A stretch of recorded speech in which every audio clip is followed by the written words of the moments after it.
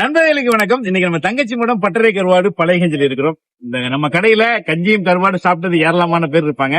எல்லாருமே ரொம்ப திருப்திகரமா போயிருக்காங்க. இப்போ நம்ம கடையில நம்ம வந்து ஒரு புதுவிதமான உணவு அறிமுகப்படுத்துறோம். என்னன்னா பெட்டி சோறு. இந்த சோறை நம்ம கண்டுபிடிக்கல, இந்த பெட்டியை தான் நம்ம கண்டுபிடிச்சிருக்கிறோம். இந்த பெட்டி சோறு வந்து நம்ம கடையில வந்து நம்ம அறிமுகப்படுத்துறோம். இது வந்து பாரம்பரியமான ஒரு செய்முறையில நம்ம இந்த பெட்டியை ரெடி பண்ணிருக்கோம். மண்ணுக்கும் மனிதனுக்கும் எந்த விதத்திலும் கேடு விளைவிக்காத ஒரு வகையில. எப்படி இதுக்கு முன்னாடி இதை சொல்ல நினைச்சேன். கண்டிப்பா அன்புக்கும் ஆதரவுக்கும் இன்பம், ஆனா ஆவனா ஈனா. இங்கேயும் நம்ம தமிழ். அதுக்கப்புறம் இதை ஓபன் பண்றோம். சூப்பர்.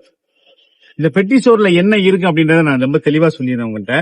சென்னாகோனி சம்பல், ஐர மீன் கருவாடு பொரியல், இது பற்றை கருவாடு தொக்கு, பொரிச்ச மீன்.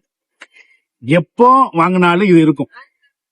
என்னைக்காவது ஒரு நாள் நம்மள்ட்ட வந்து ஸ்பெஷலா ஏதாவது ஒரு உணவு வந்துச்சுன்னா அதை இதுல ஆட் பண்ணுவோம்.